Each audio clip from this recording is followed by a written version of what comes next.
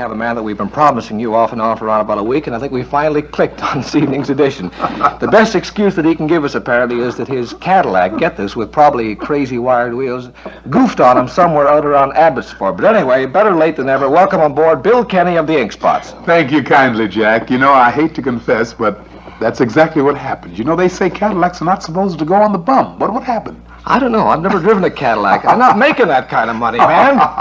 Well, you see, after all, you can always borrow your friends. Are you a friend? Definitely. See you after the show. Okie doke, Jack. In the meantime, folks, we're here to find out lots about Bill Kenny, everything that we can. For instance, we'd like to know just where he's been recently. Well, Jack, let's see now. We started our tour just back, about 2 months ago now. And we came across country to open at the Flamingo in Las Vegas. Now, you know about Las Vegas, I know, Jack. Who doesn't? You recognize the bones in my hand here? Definitely.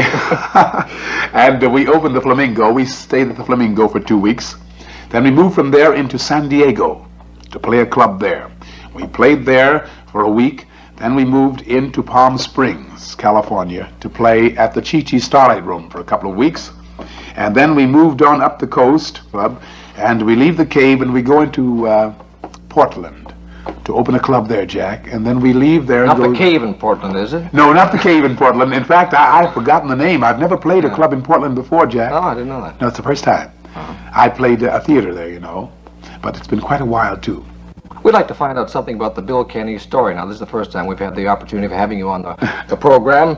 And as you folks know, Bill Kenny is the originator of the original Ink Spots way back in, well, that's up to Bill here. I guess it around about 1936 or 37. That's maybe true. Wrong. You're right. That's when it really started, Jack. Along about 1936, I arrived in New York. I was still in school, but I won several contests.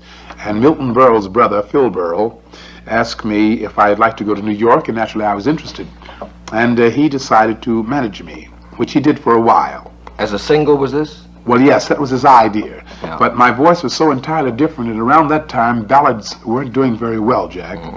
And so I went to New York, and I stayed for a while, and I won several contests while I was in New York. Then I was offered a job with a group that was about to disband.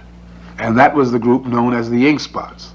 They weren't known at the time. They were strictly rhythmic singers, and they played instruments too. They played what you call the tipple, Jack. I think you would call it tipple, something like a little ukulele, you know. It has 8 strings on it, though. And they did it all fast work, you know.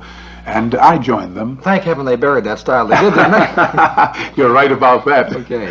So after joining them, I naturally wanted to sing, well, ballads, because I was a ballad singer. And I did, and the first song that I made was If I Didn't Care, and that was the beginning of the fame of the Ink Spots. Where'd you first stumble across the tune, If I Didn't Care? I mean, it was a hit parader back in 1938 or so. Were you actually responsible for it being on the hit parade? Yes, definitely. You see, the song had been released a couple of years before, from what I understand. Jack Lawrence wrote it. And at the time, at Decca Records, the head man was Jack Cap. Jack Cap. And Dave Cap, he was the A&R man. Remember? Yep. And Dave sort of suggested to me to do this song. Frankly, I didn't think too much of it, but nevertheless, we recorded it. And he said that the tune had been released a couple of years ago, but nothing had happened with it.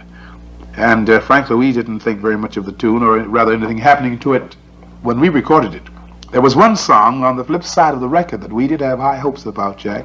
A tune called Knock Kneed Sal on the Mourner's Bench. Now, I know you haven't heard of it. In fact, I haven't heard of it myself since If I Didn't Care hit. Are you willing to forget about it? Definitely. Okay. By the way, one thing more here. Was If I Didn't Care your actual first record, or had you made a few pitches at records before that? No, that was really the first. That was the first ballad. I see. We'd made about 2 or 3 rhythmic records, you know, but nothing happened with them, Jack. And as I said, me liking ballads, naturally, being a ballad singer, I wanted to sing ballads, and I did. In fact, there was one song before If I Didn't Care, a tune that I just more or less sang a line, and we did a little harmony on it. And that was lost by the wayside also because of If I Didn't Care. The title of that song was I Wish You the Best of Everything, Though I Got the Worst of It All. Thank you very much. That was the very verse. We will not be playing it on the program. Well, folks, we're going to hear Bill Kenny's first big hit with the Ink Spots, and I think this goes back to around about 1938 or so. That's right, 1938 exactly. That's right, Jack. Let's remember, folks, here is Bill Kenny and the Ink Spots, If I Didn't Care. Quick rendition. Well, Bill, does that bring back any memories? It surely does, Jack. In fact, you know, I'll never forget the morning we opened at a theater in Baltimore, Maryland. And we were rather despondent and disgusted. And we entered the theater around about 7 o'clock. The manager said to me, I know you're going to sing the song that's such a hit, aren't you? We said, what song? He said, Do Care, Don't Care, something like that. He says, why don't you go out on the street, he says, in a couple of hours and you'll hear it played. Yeah. We did, Jack, and every jukebox along the avenue was playing If I Didn't Care. So we rushed back downstairs to the dressing room and learned If I Didn't Care. I'm glad for you. Bill, do you mind if we play one of my own personal favorite records? It's the a Ink Spots? pleasure. What is it, Jack? For the month of April 1939. As a matter of fact, I'm very fond of both sides, and it's a flip as to which one I go for. One side is called Just for a Thrill. The other one's called It's Funny to Everyone But Me. Do you have any preference there? Well, let's see now. I think it's funny to everyone but me, Jack. I kind of like little better It's Funny. known. It is, you know. What a lyric. Just before we play it, how did you get a hold of the style of the spoken passage to the middle? I see. Well, Jack, I tell you what happened. At the time, I was singing the first chorus, and we sort of agreed on an idea that the bass man would sing the second chorus. See, because we were looking for something different. And he'd start out singing, and he'd sing a line or a line and a half, possibly, and invariably he would relapse into talking. You know, in other words, he couldn't carry the melody too much singing. So he did that so many times, and we squawked about it, and finally we said, well, let's just let him talk. So he talked it, and that was the beginning of the format, Jack. Good stuff. Well, let's listen to it right now. I think we agreed that we're going to play this one. The Ink Spots, and It's Funny to Everyone But Me. Remember? Swell old timer, Bill. It brings back lots of memories, too. My goodness, Jack, it's funny how you loved me. Let's move up through the career here and get you around about the 1940s. What cooks with you boys? Anything exciting happen around the year 1940 that you remember? Around 1940, let's You had arrived. Your records were selling. We know that. Oh, they were really going then. Let's see, 1940. That's going back quite a way. Jack, let's see now. We went to England. We went to England around 45. You've had a couple of trips overseas. That's true. That's true, Jack. And my goodness, we were moving so very fast. It's really hard, rather difficult to keep up with what was happening. You've seen a lot of this world, haven't you? Really have, Jack. In fact, Give us a rundown. Go ahead. well, I tell you, let's see now. As you know, we'd start out, for instance, in January, and we'd be at the Paramount on Broadway. We'd sit at the Paramount for about 4 weeks, and then we would leave and start our tour, a regular tour around the country. Yeah.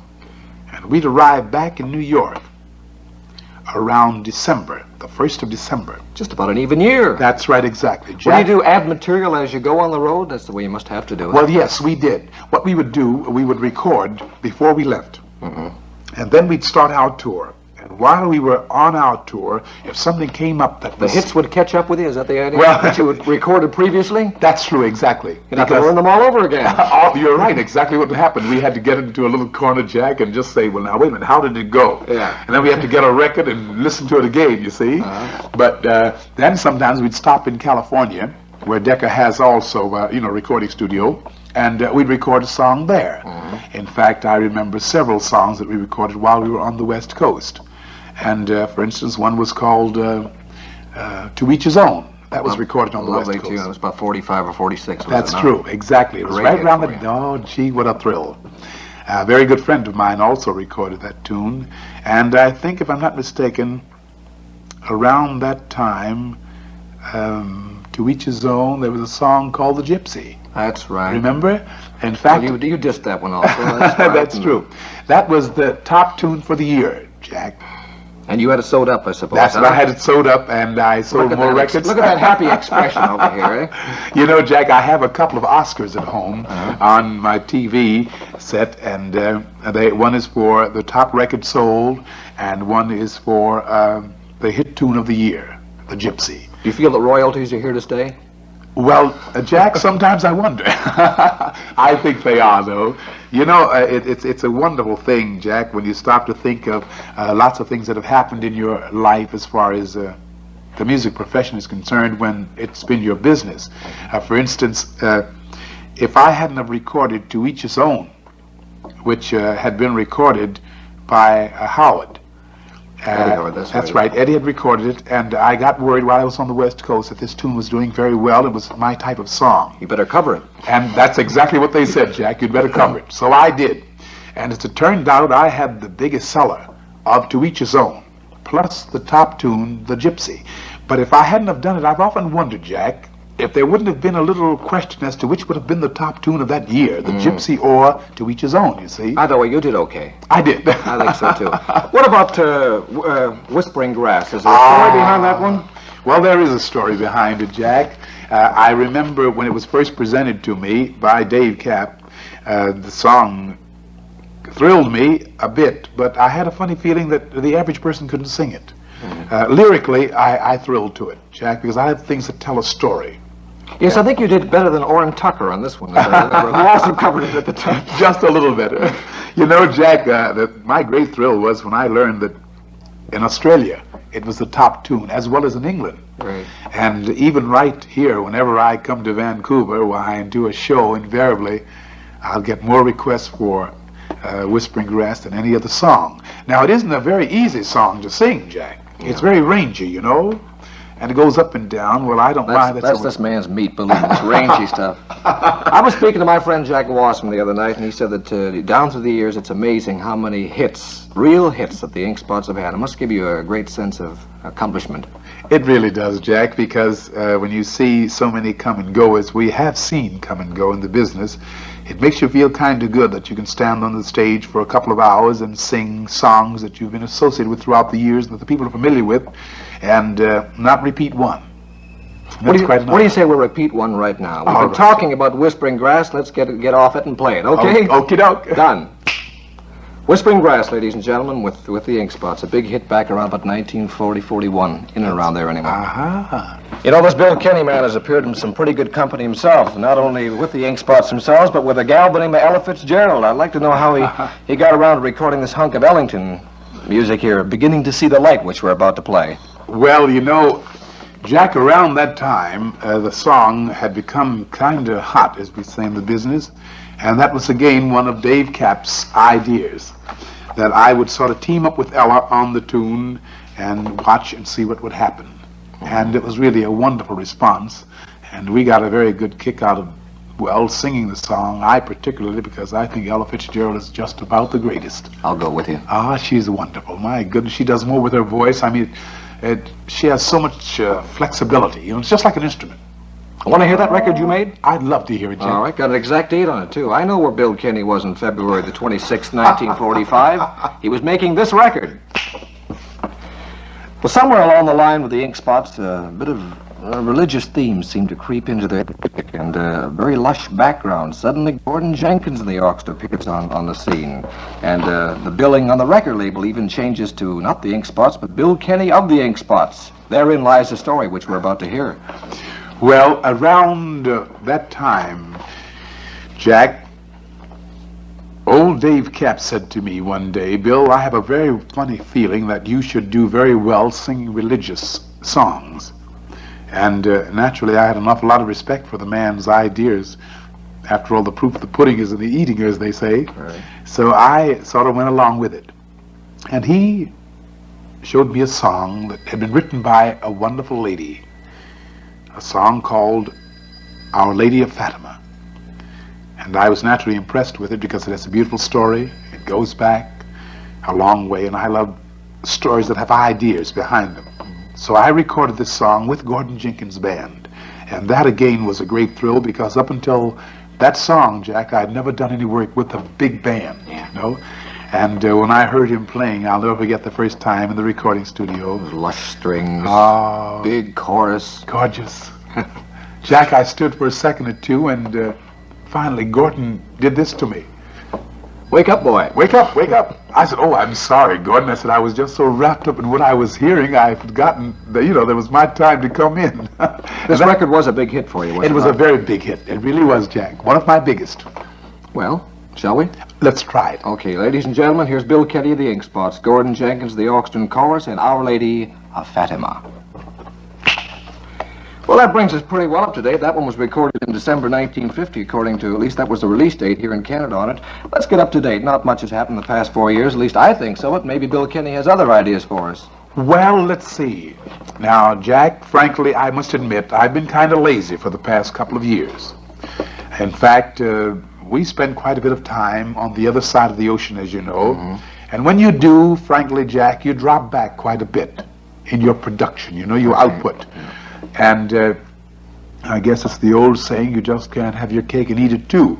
So by finding ourselves in this, we had to go overseas, we naturally lost pace of quite a bit of time. Now I'm more or less trying to catch up. And this next song I think you have in mind is one of the tunes that is in the catching up period. I think it's a wonderful thing. I love it lyrically particularly, because I think it's one of the finest bits of lyric that has ever been put together. I wonder what song this man thinks I'm going to play. I'm going to ask him right now. Well, I think you're going to play The Rose of Roses, Jack. Am I wrong? You are right, sir. This is your latest Decca release, is it not? That is the latest, Jack, and as I said before, lyrically, I think it's the greatest. It really is the greatest. I mean, it has every Rose song practically that was ever written combined into the one song, as you know. And I've often heard people say, well, I doubt seriously whether there's ever been a Rose song written that wasn't a hit. You should know about that too, Jack. Yes, were there any written that weren't hits? I can't think of one. I can't myself. Roses in December, that wasn't too. Oh, well, we won't go into that. Let's give a listen right now to Bill Kenny, Mr. Inkspots himself. I'm reading the label, folks. Rose of Roses. Well, that pretty well brings us up to date with the Bill Kenny story, except there's something that must be settled right here, and whether this man wants to talk about it or not, we're going to make him. As you folks know, there have been some changes within the personnel of the Inkspots. There now are two groups recording. Bill is with the original Decca label, and we'd like to know just where the change occurred and how it happened. Surely, Jack. Well, as you know, for the past, well, as you wouldn't know possibly, but for the past, well, over 5 years, Jack, I've been recording all of the Inkspot recordings without the Inkspots. Yeah. In other words, even the labels that you read that said just Inkspots alone. That's right. Now, for instance, the reading is Bill Kenny of the Inkspots. That's true. Right. That's true. Now, there were several records that were made that didn't have the Inkspots on them at all, such as the Gypsy, which doesn't read Bill Kenny of the Inkspots, it just reads Inkspots. But the Gypsy I made alone without the Inkspots. I made it with the Ray Charles singers as the supporting. And that was 10 or so years ago, was it? That's true, you see. And I'm giving you an idea how far back it has gone. Yeah. Now, there was a guitarist who was one of the original members, along with myself, who decided that he wanted to go on his own. Well, he has the right to use the name because he was a partner. You follow me? Fair enough, yeah. So he quit one evening and went and formed his own group. Now, he calls the group the original Inkspots, which is not true because there's not a member that he has that was ever one of the Inkspots, you see. But I guess he bases it on the fact that he was one of the originals himself. He has a claim to the name himself. That's true. See, yeah. He does. Right. So he's been going along. In fact, I've run into quite a bit of, well, discrepancy, I guess you might call it, because of it. In fact, when I opened in Las Vegas at the Flamingo, quite a bit of mail came in asking, was this the Bill Kenny group, you see? And it even happened right here. And, well, it made me feel kind of good because it made me realize that all of my wonderful fans hadn't deserted me. And as I, well, kiddingly said that, well, he had found a guy who was doing an imitation of myself, but fortunately the fellow's kind of short. He was a little shorter than I was, so until they found one as tall as me, I didn't have anything to worry about. Thanks again, Bill Kenny of the Inkspots. Thank you, Jack.